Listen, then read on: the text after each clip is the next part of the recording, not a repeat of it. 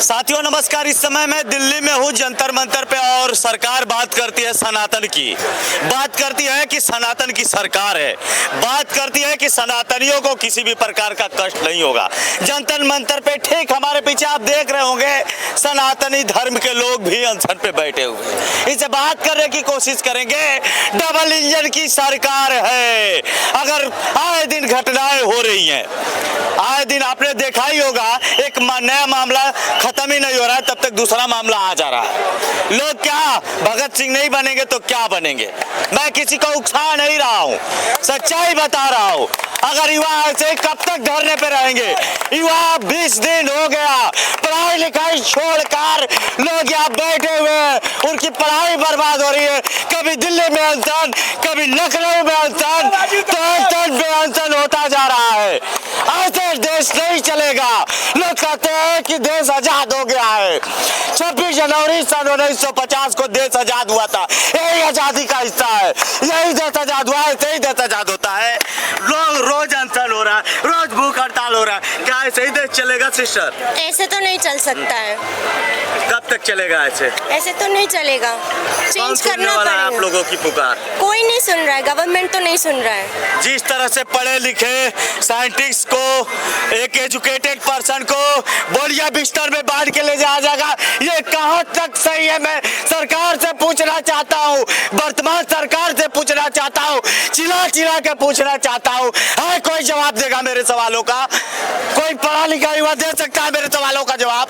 कोई है भारत में आ जाइए, सवालों का जवाब दीजिए। अभी सर स्टार्ट हुआ है, अभी सर हम धर्मेंद्र प्रधान की स्थिति मांग रहे थे, अब नरेंद्र मोदी का मांगेंगे सर।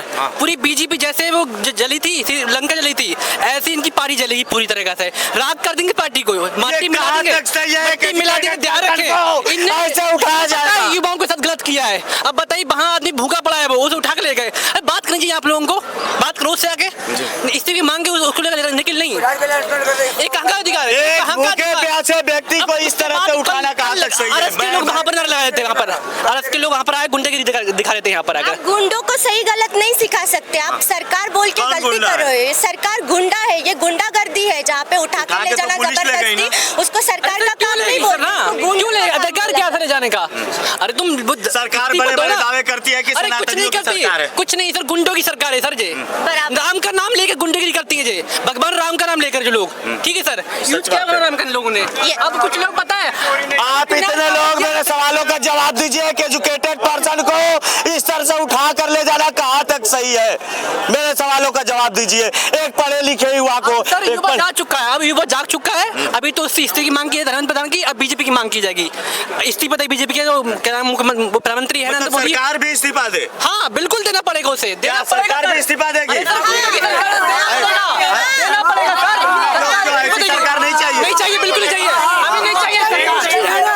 सारे मिनिस्ट्री में क्राफ्ट बैठे हुए हैं। अभी नहीं चाहिए। फॉरेन मिनिस्ट्री आप ले लीजिए, एजुकेशन मिनिस्ट्री ले लीजिए, होम मिनिस्ट्री ले लीजिए, सारे मिनिस्ट्री में क्राफ्ट बैठे हुए हैं। किस मिनिस्ट्री में करवानी नहीं है? सबसे बड़ी बात है कि सरकार में गुंडा बैठे हो, नितिन गडकरी सही, गृह मंत्री सही, अमित शाह सही है, ये सही है, ये बिल्कुल गडकरी नहीं, नितिन गड़बड़ी है।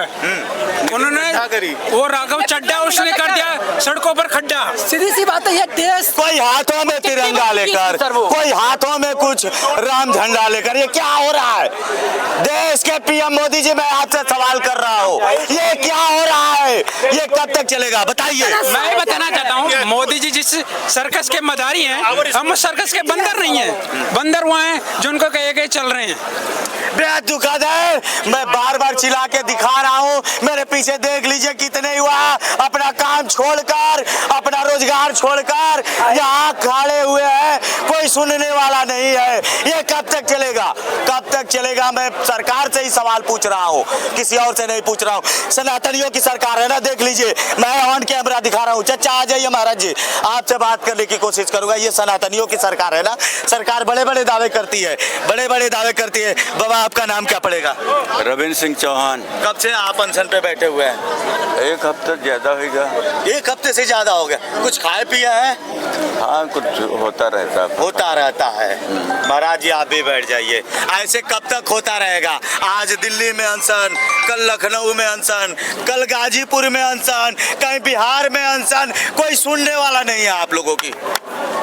बहुत जल्दी भारत विश्व गुरु बनने वाला है। कैसे विश्वगुरु बनेगा? ऐसे विश्वगुरु बनेगा? अनशन युवा कर रहे हैं हमारे भाई लोग, अपना काम धाम छोड़कर। किसी के बीबी इंतजार कर रही होगी, किसी का बाप इंतजार कर रहा होगा, किसी के दादा इंतजार कर रहे होंगे।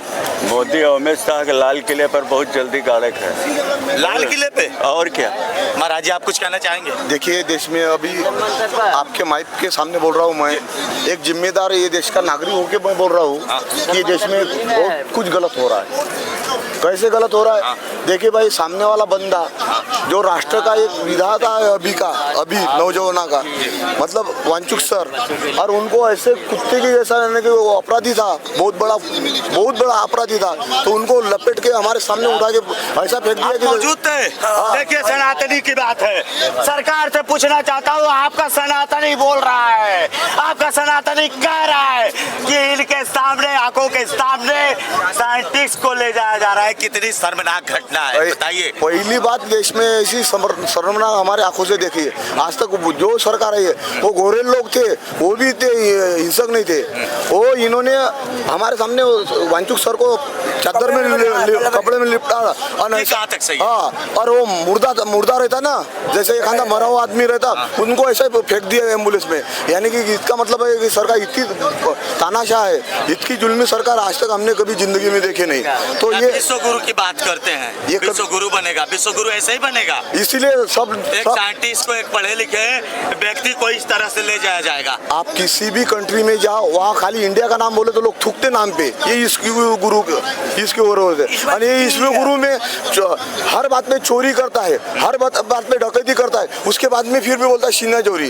ये कब तक नहीं। मैं ये देश के आपके माइक के सामने कहना चाहता हूँ, जितने भी देश के युवा है, जो जंजिस है, अभी जगने का वक्त है। आज नहीं जागे हम तो भाई, हम तो साधु संत है, हम तो झोला उठा के चले जाएंगे, लेकिन आपका बर्बादी कारण। अरे मोदी जी भी कहते हैं कि हम झोला उठा के चले जाएंगे, और आप भी कह रहे हैं कि झोला उठा के चले जाएंगे। वो आदमी का 56 इंच का चुना है, छोड़ के चले जाएंगे। अरे वो आप भी कह रहे हैं छोड़ के चले जाएंगे। वो जो पहला झोला छाप आदमी, हम देश के लिए खड़े नहीं यहाँ पे। अब 12 दिन से हम लोग, ये महाराज, हम लोग यहाँ पे खड़े काय के लिए? नेशन के लिए है। विषय का वो डाइवर्ट नहीं कर रहे, लेकिन कहने का मतलब है कि ये आदमी 12 साल में क्या किया, देश के लिए क्या किया?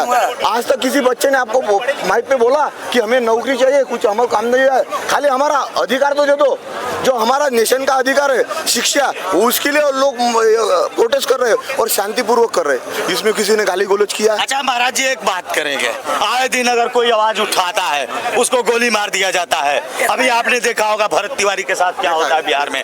आए दिन इस तरह की घटनाएं देखिए हो गई है, या नई बात नहीं है? इसको लेकर क्या कहना? भरत तिवारी को गोली, हाँ, आप सवाल दीजिए, सवालों का जवाब दीजिए। इस प्रशासन से, इस सरकार से डरता रहेगा ना, तो आज है ना, ये युवा है ना, ये शिक्षा व्यवस्था कभी नहीं बदल पाएगी सर। ये शिक्षा व्यवस्था ऐसे ही नहीं बदलेगी। हर छात्र इस धरातल पे उतरेगा ना, जब जाके इस डर को खत्म करेगा ना, जब जाके शिक्षा व्यवस्था बदली जाएगी। कैसे डर खत्म होगा? कोई जवाब देगा मेरे सवालों का? डर कब तक रहेगा? युवा कब तक डरेंगे? कुछ कहना चाहेंगे आप लोग?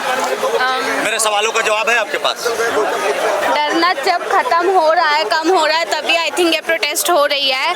युवा में इतनी शक्ति है कि वो यहाँ पे आके इन सब चीज़ों के खिलाफ बोल रहा है, और आई थिंक ये एक साइन ही है, वरना तो इतने समय से पेपर लीक तो 2024 से और उससे पहले से ही हो रहे हैं। तो लेकिन अभी हमें ज़रूरत पड़ी कि अब तो एकदम एक्सट्रीम हो गया।